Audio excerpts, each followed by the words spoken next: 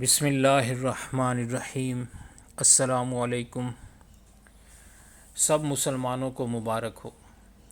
حامد میر اپنے اس کالم میں رقم تراز ہیں۔ ڈیوائیڈ اینڈ رول محاورہ نہیں بلکہ ایک جامع سیاسی اور فوجی حکمت عملی ہے۔ زمانہ قدیم سے حکومتوں کو دوام بخشنے کے لیے عوام کو آپس میں لڑایا جاتا رہا ہے۔ بدنام زمانہ یورپی مفکر نکولو میکیاولی نے اپنی کتاب دی آرٹ آف وار میں ڈیوائیڈ اینڈ رول کو اکثریت کے خلاف اقلیت کی کامیابی کی ضمانت قرار دیا ہے۔ یہ وہ حکمت عملی ہے جس کے تحت چند ہزار یا چند لاکھ لوگ کروڑوں عوام کو آپس میں تقسیم کر کے ان پر حکومت کرتے ہیں۔ یہ وہ حکمت عملی ہے جو 1857 کے بعد برطانوی سامراج نے بر صغیر پاک و ہند میں استعمال کی۔ ایک طرف ہندوؤں اور مسلمانوں کو آپس میں لڑایا اور دوسری طرف مسلمانوں کو مسلمانوں سے لڑانے کے لیے فرقہ واریت کی آگ بھڑکائی گئی۔ جلیانوالہ باغ میں پرامن مظاہرین پر فائرنگ کا حکم دینے والے بریگیڈیئر جنرل ڈائر نے 1921 میں ریڈرز آف سرحد کے نام سے ایک کتاب لکھی تھی۔ جنرل ڈائر نے 1919 میں جلیانوالہ باغ امرتسر میں قتل عام سے پہلے 1916 میں بلوچستان میں اپنی کارروائیوں کا اس کتاب میں ذکر کیا۔ جنرل ڈائر نے بڑے فخر سے لکھا کہ اس نے نہ صرف بلوچوں کی تحریک کو ناکام بنانے کے لیے انہیں قبائلی جنگوں میں الجھایا بلکہ بلوچستان میں شیعہ سنی اختلافات کو بھی ہوا دی۔ میر گل خان نصیر نے اس کتاب کا اردو ترجمہ بلوچستان کے سرحدی چھاپہ مار کے نام سے کیا اور بر صغیر میں برطانوی سامراج کی طرف سے تقسیم کرو اور حکومت کرو کی پالیسی کو بے نقاب کر دیا۔ یہی وہ پالیسی تھی جو برطانوی فوج کے ایک افسر کرنل ٹی ای لارنس نے پہلی جنگ عظیم میں عربوں کو ترکی سے لڑانے کے لیے استعمال کی۔ دوسری جنگ عظیم کے بعد برطانیہ کمزور ہو گیا اور امریکہ نے تقسیم کرو اور حکومت کرو کو اپنی خارجہ پالیسی کا حصہ بنایا۔ 1979 کے انقلاب ایران کے بعد امریکہ نے سعودی عرب سمیت کئی مسلم ممالک کو ایران کے خلاف استعمال کیا۔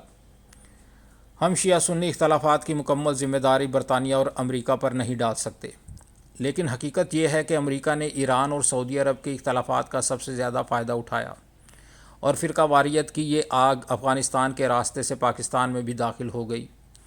کئی دہائیوں تک یہ آگ مسلم دنیا کو ایک خطے سے دوسرے خطے تک جلاتی رہی اور آخر کار اب ایران اور سعودی عرب میں صلح ہوتی نظر آ رہی ہے۔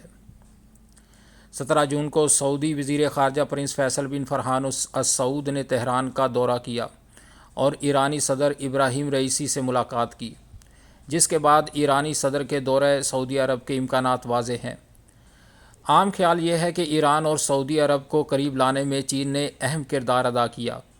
یہ بات درست ہے کہ مارچ 2023 میں ایران اور سعودی عرب نے چین کی ثالثی کے ذریعے ایک دوسرے سے تعلقات کی بحالی کا اعلان کیا، لیکن یہ حقیقت نظر انداز نہیں کی جا سکتی ہے کہ ان دونوں ممالک کو قریب لانے کی کوششوں کا آغاز پاکستان اور عراق نے کیا تھا۔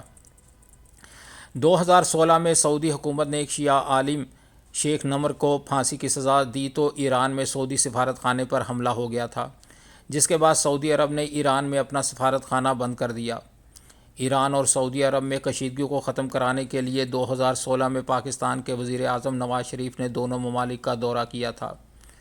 2016 میں نواز شریف کو ایک سازش کے تحت سپریم کورٹ سے نااہل کرایا گیا اور ان کا مشن ادھورا رہ گیا۔ 2019 میں عمران خان نے ان دونوں ممالک کو قریب لانے کے لیے کوششوں کا آغاز کیا، لیکن سعودی حکومت نے ان کی زیادہ حوصلہ افزائی نہ کی۔ اس دوران عراق کے وزیر اعظم عادل المہدی نے ایران اور سعودی عرب میں بیک چینل کھولا، جس میں ایرانی فوج کے ایک اعلیٰ افسر جنرل قاسم سلیمانی اہم کردار ادا کر رہے تھے۔ 3 جنوری 2020 کو وہ عراقی وزیر اعظم سے ملاقات کے لیے بغداد پہنچے تو ایک امریکی ڈرون حملے کا نشانہ بن گئے۔ اس واقعے کے بعد چین نے ایران اور سعودی عرب میں ثالثی شروع کرائی، جس کے نتیجے میں دونوں ممالک کے تعلقات بحال ہو رہے ہیں۔ ایران اور سعودی عرب کی صلح دنیا بھر کے مسلمانوں کے علاوہ ان غیر مسلموں کے لیے بھی ایک اچھی خبر ہے جو ہر طرف امن دیکھنا چاہتے ہیں۔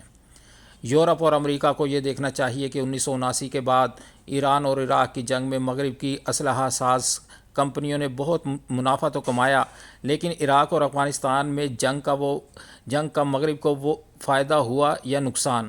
لبنان، شام اور یمن میں فرقہ وارانہ لڑائیوں نے جن ہزاروں مسلمانوں کو اپنے گھر بار چھوڑنے پر مجبور کیا، ان کی بڑی اکثریت کا رخ کدھر تھا؟ مسلم ممالک میں خانہ جنگیوں اور فرقہ وارانہ لڑائیوں کے باعث متاثرین کی بڑی اکثریت نے یورپ اور امریکہ میں پناہ لی، اور اسی لیے مغربی ممالک اپنے امیگریشن قوانین کو سخت بنا کر اپنے ہی شہریوں کے لیے مشکلات بڑھا رہے ہیں۔ عرض یہ کرنا ہے کہ ایران اور سعودی عرب میں صلح کا فائدہ صرف مسلمانوں کو نہیں ہے۔ ان دو ممالک کی صلح سے یمن، شام، لبنان، عراق اور بحرین سمیت دیگر ممالک میں فرقہ وارانہ کشیدگی ختم ہوگی۔ پاکستان اور افغانستان میں فرقہ واریت کم ہوگی۔ پاکستان اور ایران کا ایک دوسرے کے ساتھ 900 کلومیٹر لمبا بارڈر ہے۔ پاکستان کو ایک طرف ایران اور افغانستان کی غلط فہمیاں دور کرانے کی ضرورت ہے، دوسری طرف ایران اور سعودی عرب کو ترکی کو بھی قریب لانا چاہیے۔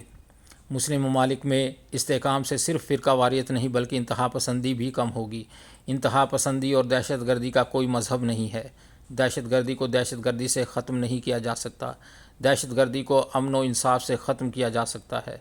اس لیے یورپ اور امریکہ کو ایران اور سعودی عرب میں صلح کا نہ صرف خیر مقدم کرنا چاہیے بلکہ اس صلح کا فائدہ اٹھانا چاہیے۔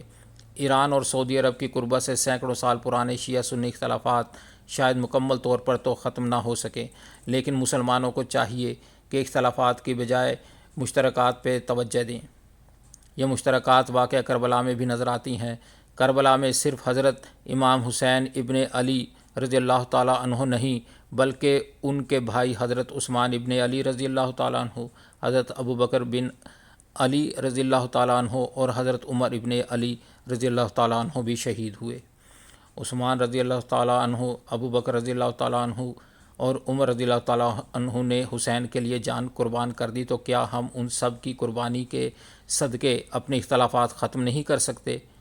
یہ کوئی مشکل نہیں، سب مقدس ہستیوں کی عزت کی جائے اور دنیا میں اپنی عزت بڑھائی جائے۔ ہمارے پیارے نبی حضرت محمد مصطفیٰ صلی اللہ علیہ وآلہ وسلم کا کوئی فرقہ نہیں تھا، وہ صرف مسلمان تھے۔ ہمیں کسی فرقے کی مذمت کرنے کے بجائے سب کی عزت کر کے اپنی عزت کرانی چاہیے۔ نبی مکرم حضرت محمد صلی اللہ علیہ وآلہ وسلم نے صلح حدیبیہ کے ذریعے غیر مسلموں سے صلح کر لی، تو کیا ہم آپس میں صلح نہیں کر سکتے؟